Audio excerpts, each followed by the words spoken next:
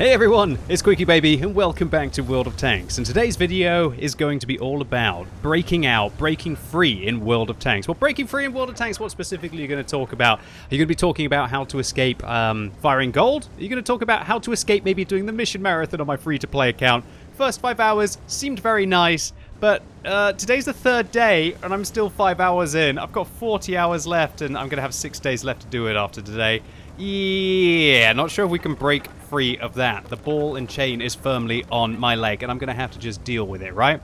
No, today's video is going to be about when you see the fact that you're going to get pincered. When you see that there's only... it doesn't seem that there's an option and your only option is forced. Last week's video I really wanted to focus on when it's time to fall back in World of Tanks. Today I want to focus on when it's time to go on the aggressive and when to break free or to break out of what looks like it would end up being an inevitable demise. Alright, so this week I am playing in the UDES 1516. Whenever I seem to play this tank, for some reason I seem to have really good games. I don't play it all that often and it just seems to be an absolute performer for me.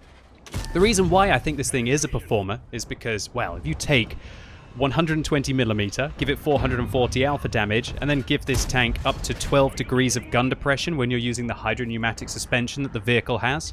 It actually has 7 degrees of gun depression naturally, and then it can get an additional 5 degrees, I believe, by using the hydropneumatic suspension off the vehicle, but that's overly over the front.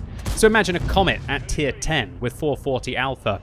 Oh, and also, you know, not too bad that you can have a turret that can't really be penetrated frontally by most of the enemy vehicles. And that's, I guess, why the UDES, for me at least, is so dominant. If you can give me a tank where I can sit in front of people with 2,808 damage per minute as well, one of the best damage per minute on any of the larger caliber guns at tier 10, this thing's an absolute performer. One thing you will notice, however, is that I am firing a lot of gold in this tank, although I am above Soviet heavy tanks and German heavy tanks, and really I'd be bouncing standard shells which would cost me 1,000 credits, or I can pen my premium rounds which cost me 4,000 credits. And as you can see, the premium penetration on this tank isn't even that good at 310. And in the first 2.5 minutes of this battle, we're up to 3,000 damage.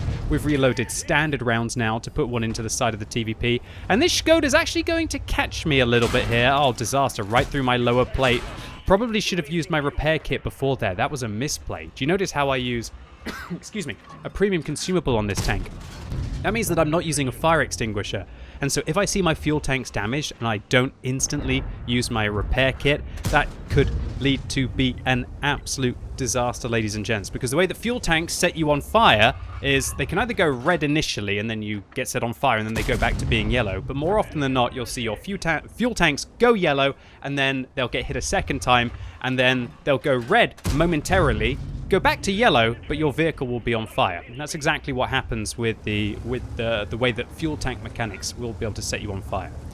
Alright, so very dangerous situation here. Look at all of the vehicles that are going to be advancing up on the left. Now, we haven't even managed to get rid of the medium tanks towards the north just over the side, although that's a great hit into the back of the 140.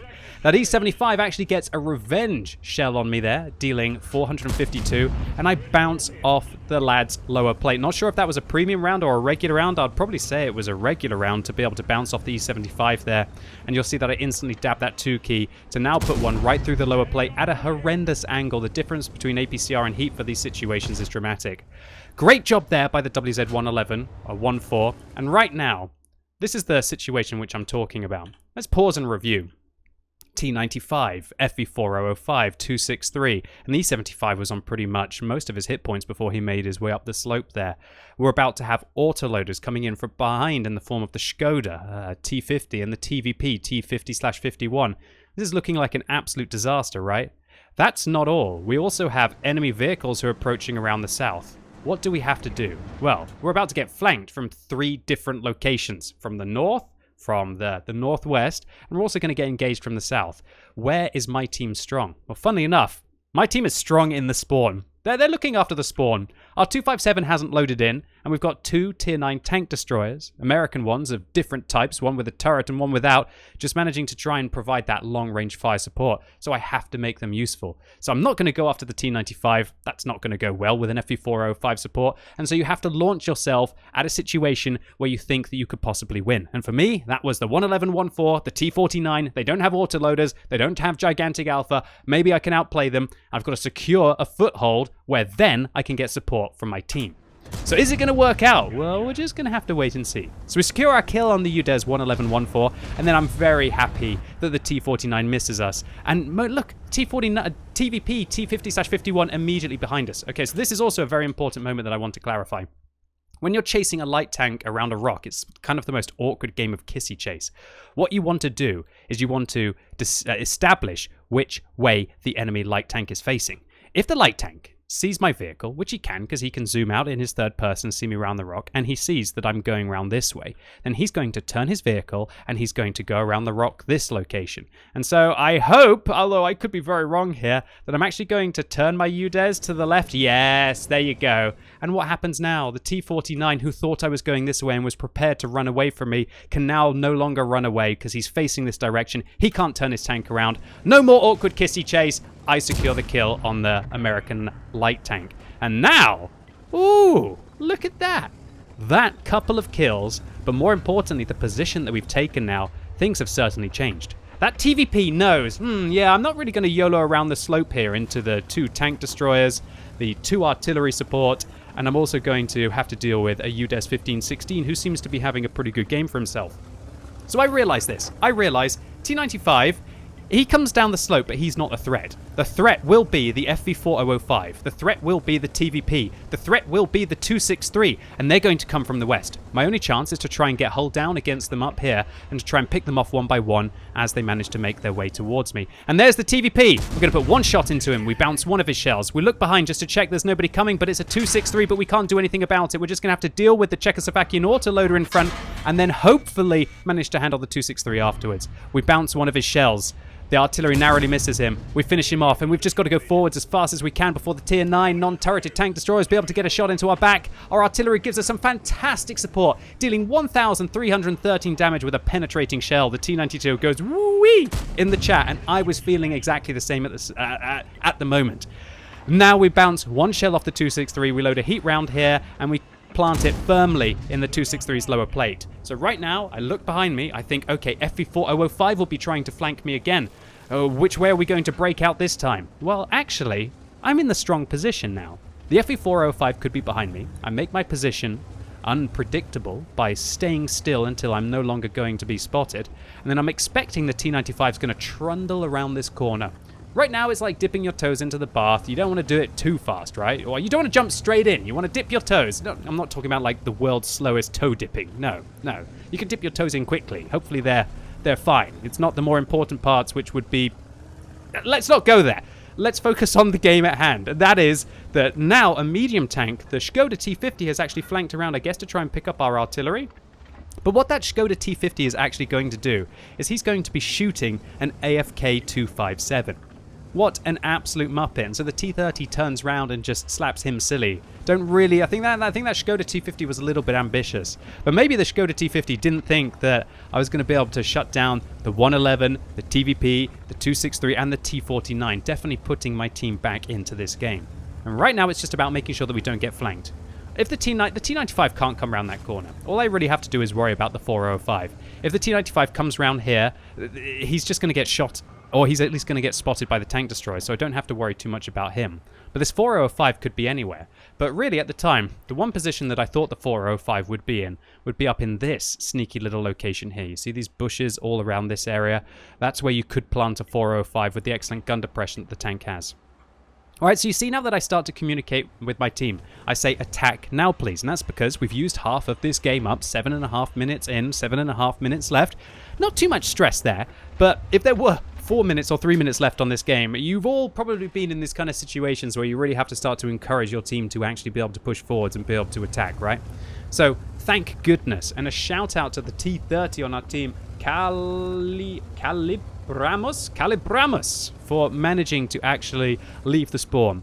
because without you here, I couldn't really go after this T-95. And now we're taking the fight against the non-turreted American tank destroyer, who's definitely going to struggle to deal with a T-30 and a UDES 15-16 from either side. And so I was just absolutely chuffed, but also very nervous at this point, because going around a corner against a T-95 when you're on 47 hit points, that isn't where anybody wants to be. And oh, he was pointing right at me, and I don't get spotted?